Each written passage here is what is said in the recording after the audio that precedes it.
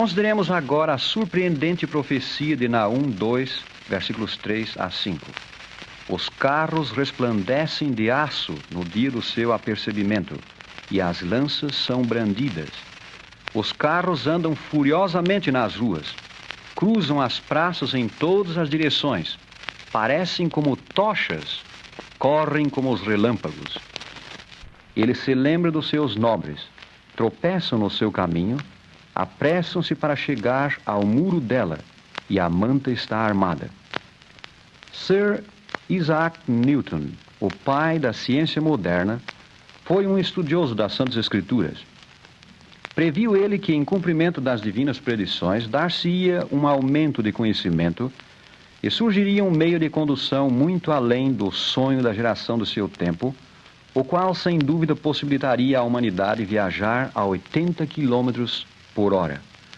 O incrédulo Voltaire, inimigo aberto das Escrituras, ridicularizava tais ideias, dizendo: "Vede o dinâmico cérebro de Newton, o homem que descobriu a gravitação e nos revelou maravilhas que todos admiramos. Ao ficar velho e caduco, começou a estudar o livro chamado Escrituras Sagradas. E parece que, para mostrar fé no fabuloso absurdo desse livro, devemos crer que o conhecimento humano aumentará de tal maneira que seremos capazes de viajar a 80 km por hora. Deixamos aos nossos ouvintes o decidir quem era o caduco: Voltaire, que ria das Santas Escrituras, ou Newton, que cria nelas. O profeta Naum disse: os carros resplandecerão de aço no dia do seu apercebimento. Chamavam-se carros os antigos veículos sobre rodas. O profeta pode estar aqui descrevendo os grandes e ruidosos carros de hoje, resplandecentes de aço. Os carros andam furiosamente nas ruas, diz o profeta, e cruzam as praças em todas as direções. Parecem como tochas, correm como os relâmpagos. Nossos carros modernos andam furiosamente nas ruas e cruzam as praças em todas as direções. À noite, os automóveis parecem tochas e correm quase como relâmpagos. Em conformidade com a profecia, rapidez no viajar identifica este século como o tempo do fim. O mundo tem certamente diminuído. Para dar a volta em redor da Terra, Magalhães, em 1517, gastou 1.126 dias. Thomas Cavendish, em 1588, partindo da Inglaterra, 781 dias. Nellie Bly, em 1889, de Nova York, de navio e por estrada de ferro, 72 dias, 6 horas e 11 minutos. Carlos Fitzmaurice, em 1901, de Chicago, 60 dias, 13 horas e 29 minutos.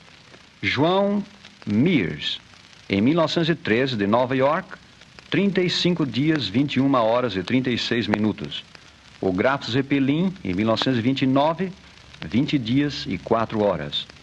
Wiley Post, em 1933, 7 dias, 18 horas, 49 minutos e 30 segundos.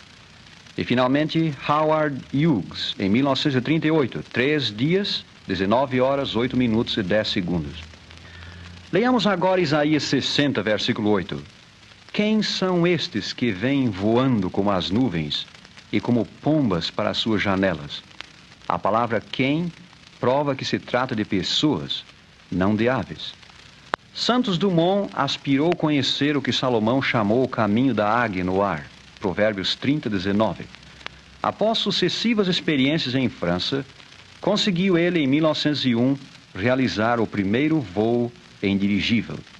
Hoje, os homens voam a quase 800 km horários e prometem alcançar 1.600, ou seja, maior velocidade que a das balas dos canhões de há 100 anos.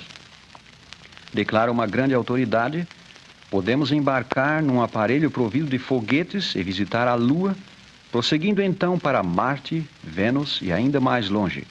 Este novo método de locomoção já recebeu um nome. Chama-se astronáutica. Temos já quase alcançado o fim deste século, século da culminação do gênio e do pecado humanos, de miraculosas invenções e decadência moral. A esperança humana da inauguração de uma época melhor só poderá realizar-se pela intervenção divina na vinda de Cristo, que é o legítimo governador deste mundo. De acordo com o profeta Daniel, no tempo do fim, os homens correriam de uma para outra parte e a ciência se multiplicaria. O tempo do fim não é o fim do tempo.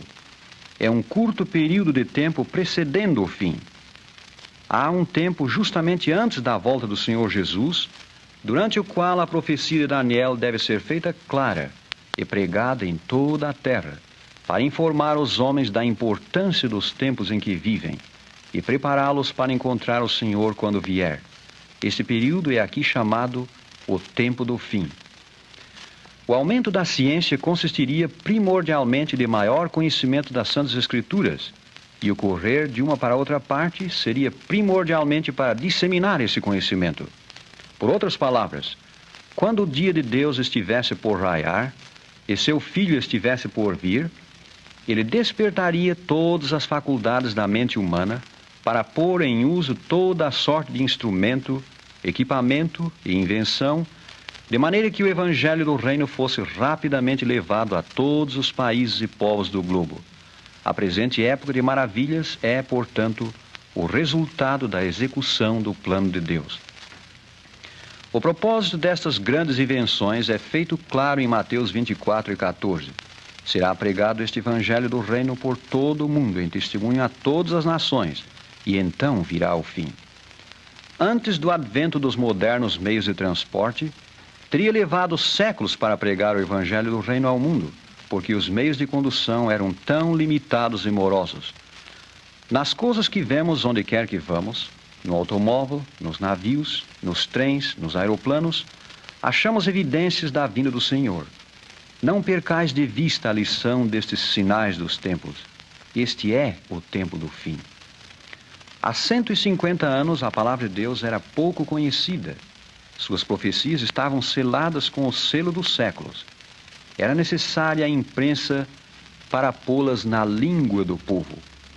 Fácil e rápida distribuição era requerida para pô-las nas mãos do povo. Escolas e educação eram necessárias para pô-la na mente e compreensão do povo.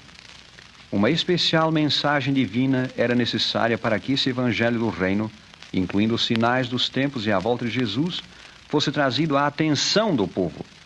E um grande movimento missionário promovido pelo Espírito de Deus e do mesmo revestido era necessário para pô-la no coração do povo.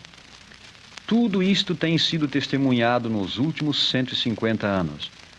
As Escrituras Sagradas acham-se impressas no todo ou em parte em mais de 1000 línguas e dialetos, e aproximadamente 1 bilhão de exemplares têm sido distribuídos por toda a terra.